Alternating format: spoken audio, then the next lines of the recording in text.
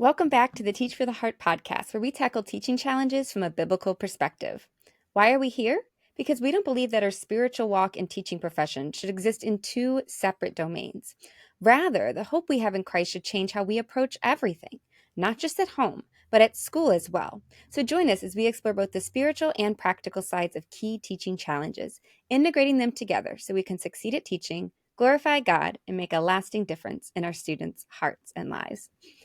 This episode is brought to you in partnership with the Herzog Foundation. And today we're so excited to be here with Carly, our podcast manager, to be talking about innovating and finding inspiration, particularly if that's overwhelming for you and feels kind of scary. We're going to be talking about how we can start with really small things. Before we dive into that, just want to say thank you guys so much for listening. If you have been enjoying this podcast, if you would leave a review of the podcast or be sure to subscribe wherever you're listening. If you're listening on YouTube, if you're listening on Spotify or Apple Podcasts, go ahead and subscribe. That helps you get the episodes, and it also helps our podcast rank and be more people to be able to find it. All right, Carly, thank you so much for being here with us today. I'm so excited to talk about this topic. Something Yes. I love. Yes, and we were talking some because we talk all the time about the podcast, and this topic came up, and we said, yeah, we got to do this for an episode. So let's start out by talking about what is innovation and like why should that be something that we're trying to do? Yeah, absolutely. And I think innovation is really very simple. And kind of my background in like STEM schools and things like that, that was like our bread and butter, right? So we're always trying to innovate. But really, when I was thinking about this, all teachers innovate. So any of you listening, you guys are already innovating because really innovating is just taking something and making it better, right? It's tweaking it or trying to save time or energy or make it more effective. It's not quite invention, right? We think of invention as like creating something brand new, whereas innovation is taking something and just sort of enhancing it and enhancing it and enhancing it. So most teachers, if you guys are teaching well, then you're already innovating. And I think there's just ways that we can kind of push that a little bit. But and that's what hopefully we'll get to talk about later. But when I think about innovation, I actually go right to theology, right? Because God is a maker. He's the first maker. And one of the best and most beautiful ways we can bear his image is to create. And he gave us tools and materials to create. If you read about the building of the temple in the Old Testament, the Spirit of the Lord came upon the artist who was overseeing all of that. And it's just a really beautiful thing. And when you make something, again, like we're bearing the image of God, we're doing the work of God. And even if it doesn't seem like it has kingdom effects right in front of us, it really, really does. And the better we are and the better we become, the more we're stewarding the gifts and places and resources that the Lord has really given us in our classrooms. And a classroom is a place that is just ripe with opportunity to innovate. And so even also as we think about Jesus and how he spoke to people, like why should we innovate in order for like to care for our neighbor? Jesus talked to different people in different ways. He was creative in the way that he responded to different people. So we're always going to need to innovate because culture is always shifting. There are new problems, new troubles, new confusions every day. And so we have to be able to respond to those using the creativity the Lord's given us. So we lean on the word of God, but then we think of creative ways to connect people to his kingdom. And he's given us those capacities. So I think I just love that. And the last reason that I think it's really cool to innovate is that there's just a lot of science out there about the brains and elasticity and how magnificent it is to learn and how we learn. And I think that the more we know and the more we try, the more we get to uncover the glory of God. Um, and the bonus reason is it's really kind of fun. So those are some great starts to why we should innovate. I hope listening to those reasons gave you guys some, at least one of those resonated with you. But I love that there's so many different reasons. Like there's practical reasons, there's the pure enjoyment of it, and then that fact that like we are kind of participating in that creation mandate to just go out and subdue the earth, and all of that. I love that. God put that in us. And I love too how you're talking about being creative. I think some people are like, I'm a creative person. And other people are like, I'm not very creative. But pretty much everyone is creative in some way. You might not be artistic or, a writer. But we all are creative in different places. And you're right, teaching provides so much opportunity to be creative in our problem solving and what we do and how we do it, even if you're not, don't consider yourself like artsy. It's not the same thing. Absolutely. So when you think about it, Carly, what do you think innovation looks like maybe in the classroom? Yeah, so I actually feel like innovation almost it feels like this kind of circle. Like you step back and then you move forward. So when I think about trying to innovate, we there's tons of resources out there that are education centered. I mean, we're an educational resource, right? But when I was thinking in my classroom about innovating, I was like, I want to break outside of that sphere because those are like the same ways of thinking, right? And those can be helpful and they're good. But when you think about wanting to try something new or breaking a little bit in a different direction, you kind of want to look outside of what people are like kind of in the road of. They're on this road and you want to maybe kind of explore a little rabbit trail here. And what that really requires is stepping back a little bit and understanding your own subject, right? So I was an English teacher. So stepping back and thinking about what am I really teaching in English? And it's a really complex subject. There's a lot of content that's really important. There's also a lot of skills that are really important. And people kind of go both ways. So one of the places I started where I was like, okay, the content can't necessarily change, right? But the skills can apply, the skills from English can apply across things, but also skills in math, skills in science, skills in any subject can apply across disciplines. So I was like, where can I be innovative in that place, right? Where can I find some connection to another subject, and connect that subject to my class in a way that's interesting and makes us think differently, right?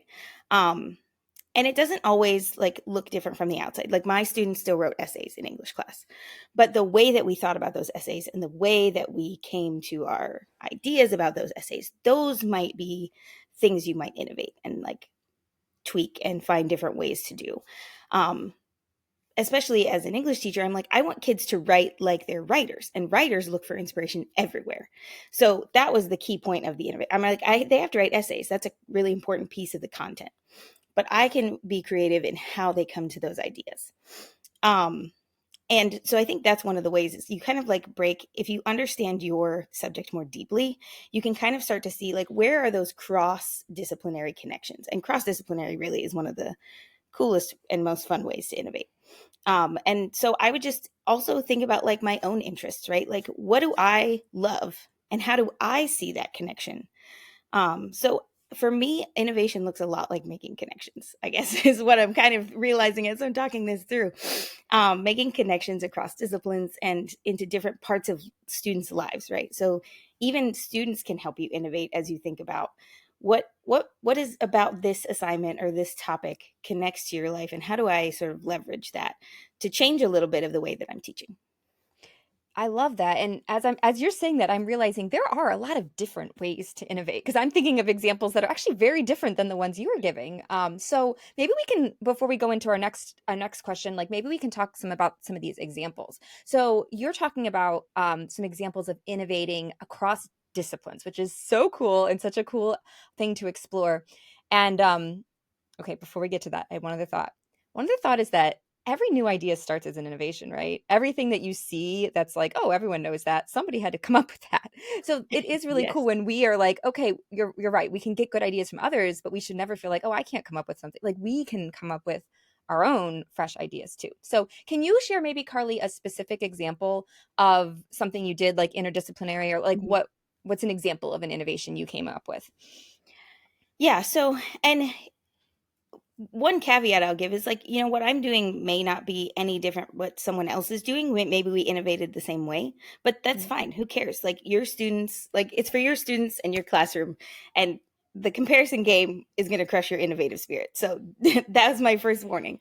But I was very close with the biology teacher at my school, and we had very similar groups of students. So we actually ended up sort of, they would take environmental science in the spring and then my English 2 class in the spring. And we sort of found ways that I could teach texts and I could teach writing assignments that sort of combined those two. So their final project actually ended up being something where they were writing almost a philosophical paper about what they believe humans' connection is with the land, their relationship with the land is. And what was really amazing about that was I sort of left it open ended, right? They decided if it was going to be a little more scientific, they decided if it was going to be a little more religious or philosophical, which was also bonus.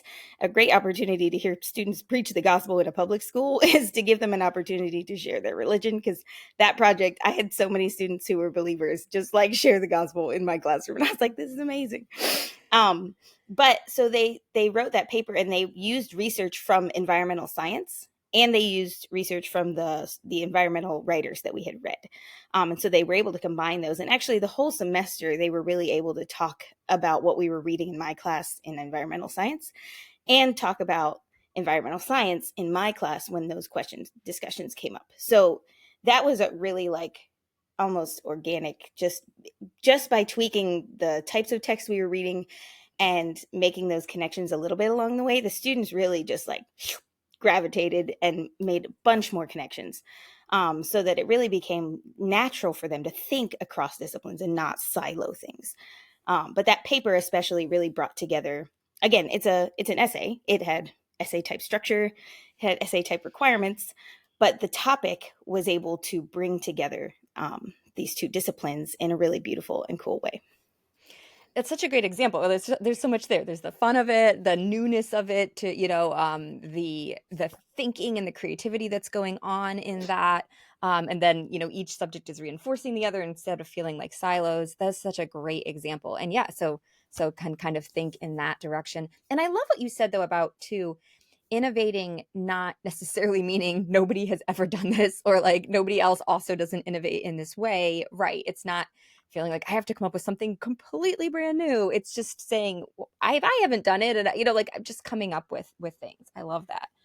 um I think I'm going to share a couple examples of things that are popping in my mind of innovations that look a little bit different that I'm thinking of when I did. And some of them are you're going to be like, I've heard of that before. Well, because it's not necessarily a new innovation anymore, but it was to me at the time. I came up with it myself. And then we can talk, and then we'll talk about where you guys can start if you're like, I don't know where to start. So one that comes to my mind, I'll share one that was just more born of I need a like I had a problem to solve. And then one that was a little bit bigger thing. So when I first started teaching, I was mainly math, but I taught some English was my second subject. So I had a sixth grade English class, and we came to writing, and we didn't have any writing curriculum. And this was like pre-TBT and all that. So I was just like, how am I going to teach this? And particularly with writing, I really wanted them to learn I was said, okay, my main goal at sixth grade, let's just teach the writing process. I want them to understand you write a rough draft. I want to understand how to edit it, and on from there. And so I just came up with, once again, it was like nothing crazy now, but at the time I just was like, how can I do this? And so I said, okay, I'm going to have them write, and then I'm going to make them a checklist of all the things they need to edit. And just that was like so helpful for them, coming up with this checklist. And then I made that into the grading sheet. Like, that's the grading sheet. Like, you would check for this, I'm going to check for that. And it worked really well. So that's just an example of something where I was basically like, I have a problem. I need them to edit. How do I get them to edit? And just, thinking that through. Um, Another innovation I did that was much bigger scale, but was fun. This was my fourth year of teaching, so I had a few years under my belt and had a little bit of space for a bigger innovation. And I noticed in one of my math classes, I had some students that were just so far ahead of the class, and I just was like, these poor kids, they're so bored. And I kind of always wanted to do something like this. So it wasn't anything, once again, it wasn't anything crazy. And this was kind of before the I'm dating myself. This is before the days of like Khan Academy where you could just be like, go do your own thing. So I was like, I'm going to make my own thing where they can work ahead. So I basically they just really just did it off the book. We didn't have the technology at the time. But I just created this pacing thing where it's like, read this, do these problems, do this extra exercise, do this enrichment. So I just made the whole thing for them. They were able to work ahead. And when they finished, or they did so many enrichment activities, and they were just kind of on their own pace. So that was like a really fun thing for them to be able to work ahead, to be able to do some extra stuff while I was just teaching the regular class. So that was born a little bit of a problem, but it was a problem that I probably would. It wasn't a big enough problem to like I could have just ignored it, but more of an opportunity. So yeah, innovation can be born of opportunities or problems, I guess. Absolutely. Well, and I love what you said, even just about like It doesn't have to be something crazy, but it could be. And like if you have the capacity, right? Like if you don't have the capacity, totally get it. If you have just a little bit of energy to think about it, that can be a real exciting way to sort of bring new life to some of your classroom, your curriculum.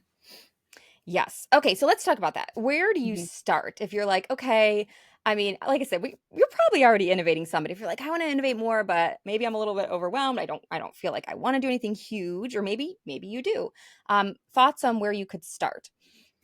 Yeah, and even just as we've been talking in this conversation, another something has hit me is that idea of being creative, right? So some of us, like me, grew up in a family of artists, very happy to call myself a creative person, like very comfortable with that label, very comfortable being creative and doing those things.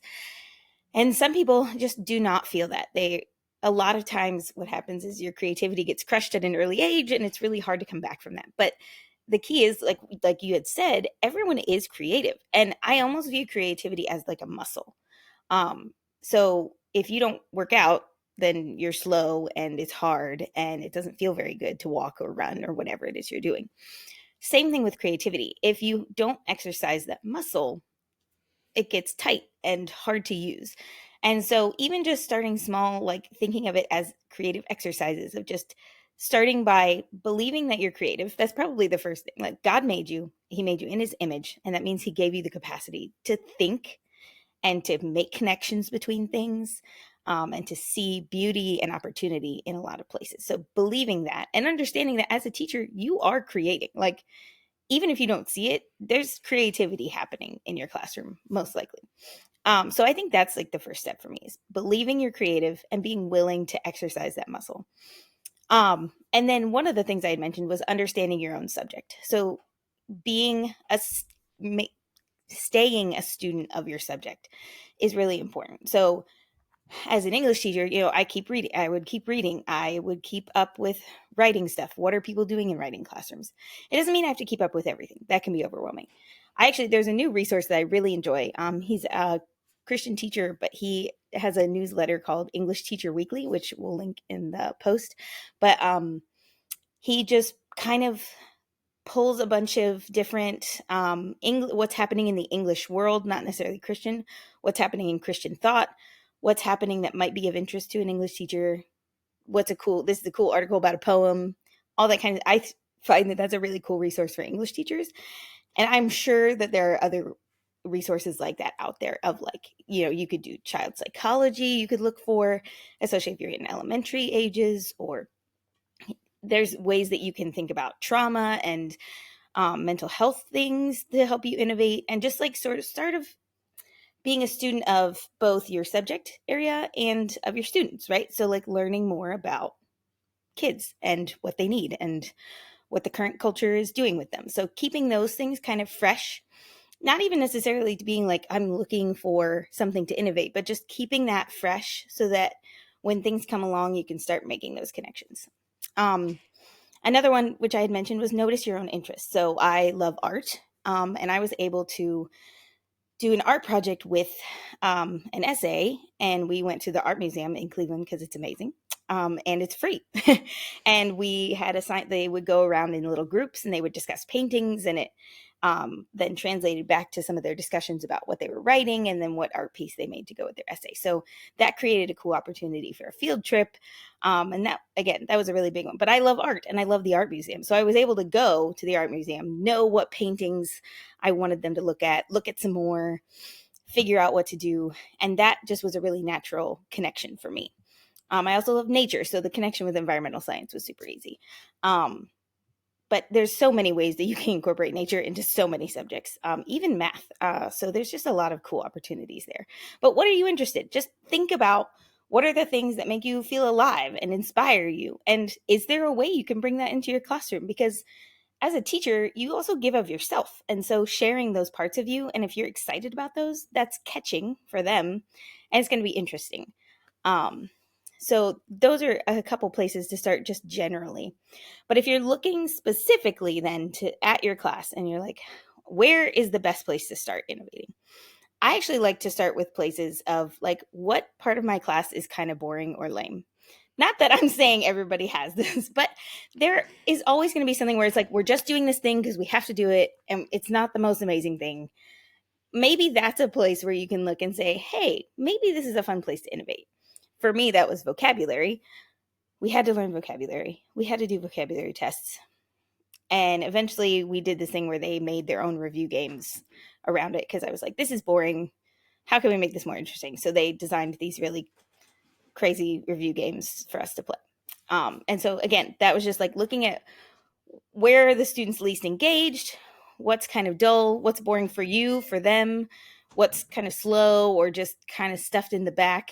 That is a really great place to start thinking about innovating, because some of your other bigger things might be harder to sort of like, if it's a huge thing, like that's a really big place to start. But if you can just start with a small thing, or like one part of your class that maybe the beginning of class is rough. So maybe you just need to start about, what can I do at the beginning of class that maybe is a little fun or maybe is a little like interesting to the kids, to help sort of that transition from not being in class to being in class. And I've seen some elementary school teachers do some really amazing things with when their students come in. They made it so that they wanted students to create social emotional connections because that was a struggle at the school that they were at. So they made it, but they also wanted them to kind of exercise creativity. So they set up these different design stations, which some of them were as simple as kinetic sand or Play-Doh or things. But they were like, go to your design station. They sort of framed it as, go to your design station, design with people. There was group just like 2 or 3 students, and they had an assigned one, and it switched and rotated every day. And that was just a really cool way to watch kids come in, connect with one another, but also be making things at the same time. So that was kind of one of the things that they did when they were thinking about the beginning of school is too chaotic. How do we make this a little less crazy, but also not like really painfully boring for them? So that was a cool innovation that I've seen. But yeah, getting out of your silo. For if you guys teach at a school where there's lots of different subjects or even different grade levels, right? Talk to teachers in other grade levels, talk to teachers in other subjects. That was for me one of the huge means was teaching next door to a math teacher and having the same students as a science teacher. And just talking about the students in those classes and then talking about what we were doing in class, that just really generated a lot of like, oh, like these are connections I can make. So make friends with teachers who aren't like you, and you'll be amazed what connections might pop up that you're like, that would be a really fun thing to do in math and English, which is one of the harder ones, I will say. We didn't have a lot of success in that, but I'm sure there is some amazing things that people are doing in math and English. So maybe for you math and English teachers, that's your challenge, and you can let us know what you do. But yeah, so anywhere you can find kind of inspiration outside of um, your own silo of your subject or your area. And then the last one that I did want to mention was, I forgot when I was talking about like studying your own subject, get into like the real world parts of that. So like for me, writing conferences, reading literary criticism, like the whole world of English that's not high school English education, being in touch with that world gives a little bit more real world opportunity for you to think about those things. So those are just a couple crazy ways. Wow. Yeah, that's great. So many ideas and so many ways to start. And as you were saying that, I was realizing too, part of this process of innovation is it's kind of identifying your goal, right? Like, what am I trying to do? I mean, I'm solving this problem, or I'm wanting to make connections, or yeah, the start of class is too chaotic. So kind of getting clear on like, what am I trying to do? Or I want my kids to be better at vocabulary, and saying, okay, this is the goal. Now I can kind of maybe let go of what I'm currently doing and just saying, well, what are ways to get to this goal? And you might be surprised with what you come up with but that is really the key, right? Sometimes we're so stuck on, well, this is what we've always done. But as long as you're still accomplishing whatever goal or whatever you're trying to do, yeah, you never know what your mind, when you ask the right questions, sometimes great ideas pop in your mind. So. Yeah. And if you're really stuck, just to bring it back to the spiritual element, like praying through, like as a public school teacher, I did not think as much about praying about things as I probably should have. And like, even just as I meet more Christian teachers and understand just how powerful it can be to pray through our problems and invite the Lord into those spaces, just like, Lord, this part of my class is difficult and I struggle with it. Like, open my mind, inspire me. teach me to see differently and to think about my kids differently, and what opportunity is there to show your glory in this. And that's, I think, just a really, that's probably the best place to start, to be honest. We should have started there. But again, my public school background is, it's just, you know, still getting used to that. But invite the Lord into that process, because he is the most inspiring, and all of the things that we have are from him. And so he's the master of innovation, and he has seen it all. And so if anyone can inspire you, it's really the Lord. Yes. Oh, I love, we're going to stop there because that is the mic drop. And that really is just the key. So thank you, Carly, so much for coming on, for talking about it. And thank you guys so much for being here and listening. If you'd like the links, some of the links we mentioned, or to check out this blog post, share it with someone, you can find that at teachfortheheart.com/319, teachfortheheart.com/319. While this episode has been brought to you in partnership with the Herzog Foundation, all the views and opinions are our own, don't necessarily reflect those of the Herzog Foundation. We look forward to being with you guys again soon. In the meantime, teacher, remember, God is at work in you and through you, and he's using you to make a difference. Keep your eyes on him and teach for the heart.